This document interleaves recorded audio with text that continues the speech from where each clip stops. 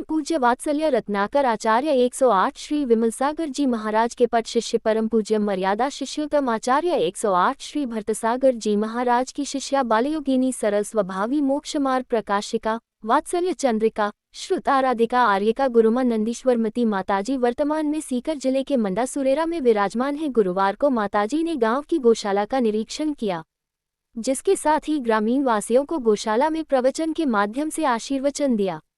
हमारे सहयोगी आयुष पाटनी के माध्यम से माताजी के प्रवचन के कुछ अंश आप भी देखें।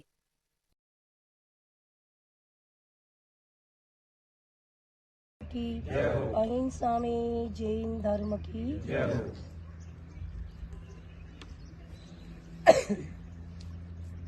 प्यारी प्यारी भव्य आत्माओं, परोपकार के समान कोई सुख नहीं होता है। क्या परोपकार के समान कोई सुख नहीं होता है और दूसरों को दिल दुखाने के समान कोई पाप नहीं होता है। इसलिए हमेशा अपने जीवन में क्या करना चाहिए, परोपकार की भावना रखनी चाहिए। ये परोपकारी अपने जीवन का सार होता है। और एक बात ये भी ध्यान रखिए कि अपने जीवन में 3 का आशीर्वाद बहुत ज़रूरी है। एक माँ, एक महात्मा और एक परमात्मा। इन तीनों का आशीर्वाद अगर अपन को मिल गया तो अपना जीवन सफल हो जाता है। माँ होती है वो क्या बचपन संभाल लेती है, और जो महात्मा यानी गुरु लोग होते हैं, अगर जवानी में हमारी नीयत अगर बिगड़ गई तो जो महात्मा गुरु लोग होते हैं वो जिंदगी को सुधार लेते हैं।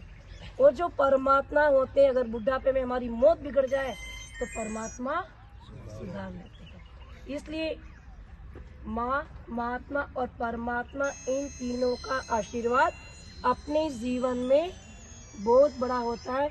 इनके समान कोई भी आशीर्वाद नहीं होता है। अब माँ, आप देख लीजिए गौ माता, गौ और माँ, गौ को किसकी संज्ञा दी गई है, माँ की संज्ञा दी गई है। एक माँ होती है, बच्चों को जन्म देती है, वो तो क्या करती है 6 महीने 12 महीने दूध पिला करके उस बच्चे को छोड़ देती है। परंतु जो गौ माँ होती है वो क्या करती है, जन्म से मरण पर्यंत उसको जीवन दान और जीवन को क्या करती है, सुरक्षित करती है और जीवन दान देती है और जीवों को पालन पोषण करती है। आपने देखा गौ माँ, ममता भरी शब्द है। गौ माँ, माँ यानी ममता शब्द है। माँ कहने से ही ममता उभर जाती है। अपन देख रहे हैं जितनी भी गाय यहाँ पे है जो खड़ी है, तो उस गौ माँ में कितने आपने सुना होगा कि 36 करोड़ देवों का वास होता है। इस गौ माँ में 36 करोड़ यानी देवताओं का वास होता है। इसी गौ माँ की अगर अपन रक्षा नहीं कर सकते, उनकी सुरक्षा नहीं कर सकते हैं, फिर अपना जैसा कोई भी निकम्मा आदमी नहीं हो सकता है। एक और तो गौ माँ को अपन दूध पीते, पालन पोषण करते, अपने जीवन को अपन करते हैं, और दूसरी ओर देखते हैं उस गौ माता को क्या करते हैं, अपन उस कसाई के हाथ में सौंप देते हैं और कसाई क्या कर देता है, उसको खत्म कर देता है। और वही मांस और वही मदिरा, मद्दी, अंडा की दुकानें लगा लगा के अपना क्या हो गया, आज वर्तमान में एक खाने का अंग हो गई। आज प्रतिदिन देखा जाए, सरकार ने देखो तो नहीं, शराब, अंडा, मद्दी, मांस सब क्या हो गया, सब दुकानें खोल दी है। बल्कि इससे अपना जीवन क्या गर्त में जा रहा है, इससे जीवन बन रहा है क्या, इससे जीवन गर्त में जा रहा है। जानते हैं परंतु मानते नहीं है, फिर भी खा करके अपने जीवन को अपन क्या करते हैं, खत्म कर रहे हैं। ऐसी गौ माँ की रक्षा करना अपना दायित्व है। आप लोगों की भावना हुई, बोले माता जी हमारे गौशाला में अभी विकास हो रहा है, आप गौशाला में आओ, हमारी तबीयत ठीक नहीं है। फिर भी भागचंद भाई साहब ने, महावीर भाई साहब ने, प्रणम भाई साहब ने, सबने कहा नहीं माता जी एक बार तो गौशाला में आपके चरण पढ़ने चाहिए। जहाँ पे गुरु के चरण पड़ जाते हैं वो धरती तो तीर्थ बन जाती है और वहाँ किसी भी प्रकार की कमी नहीं है। और हम तो यही आशीर्वाद देते हैं, जो गौ माता है अपनी माँ की अपनी रक्षा करते, जन्म देनी माँ को, इस गौ माता की रक्षा करना अपना कर्तव्य, अपना दायित्व है। और जो भी इस गौ माता की सेवा करेगा, उसका जीवन, उसका घर, उसका देश, राष्ट्र सब क्या रहेगा, हरा भरा रहेगा। और आप लोगों की भावना है, अभी इन्हें घास का भी बंध रहा है, परंतु आप देख रहे हैं जो भी इन्हें राष्ट्र में, भारत में जितने भी संत, साधु, दिगंबर संत हैं, वह सब गौ रक्षा के लिए अग्रसर रहते हैं। और वह भी जानते कि गौशाला में ये हस्तक्षेप है।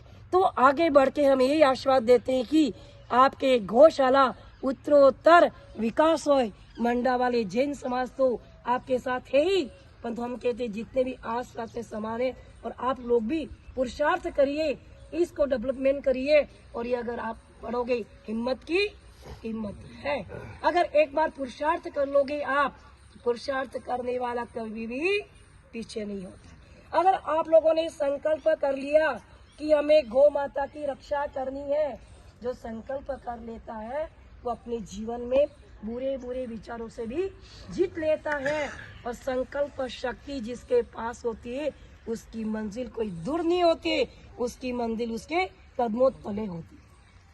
इसलिए आप लोग संकल्प कर लीजिए आज कि आज गुरु माँ हमारे इस गौशाला में आई है, हम जितना भी बन सके।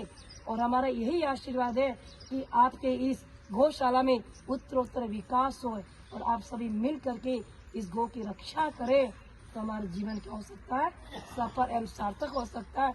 और इस मनुष्य पर्याय में प्राप्त करना अपना सार्थक हो सकता है।